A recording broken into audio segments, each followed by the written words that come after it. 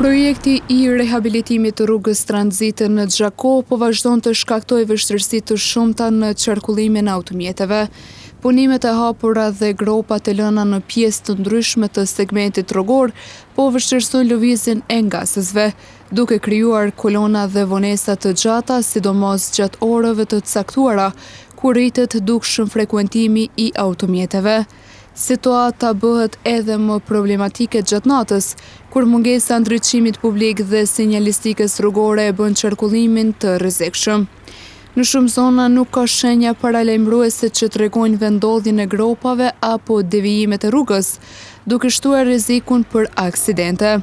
Banorët prapa kamerave theksuan se përveç kaosit dhe bllokimeve në trafik, mungesa e organizimit dhe e ndriçimit gjatë natës po rrezikon drejt për drejt sigurinë e pjesëmarrësve në komunikacion.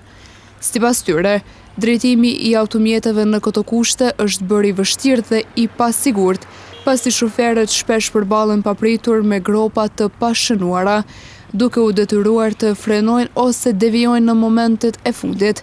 Banorët kërkojnë që punimet të përshpejtohen dhe të vendoset sinjalistike përkohshme, si dhe ndriçim adekuat, në mënyrë që të shmangen rreziqet dhe të lehtësohet qarkullimi deri në përfundimin e projektit.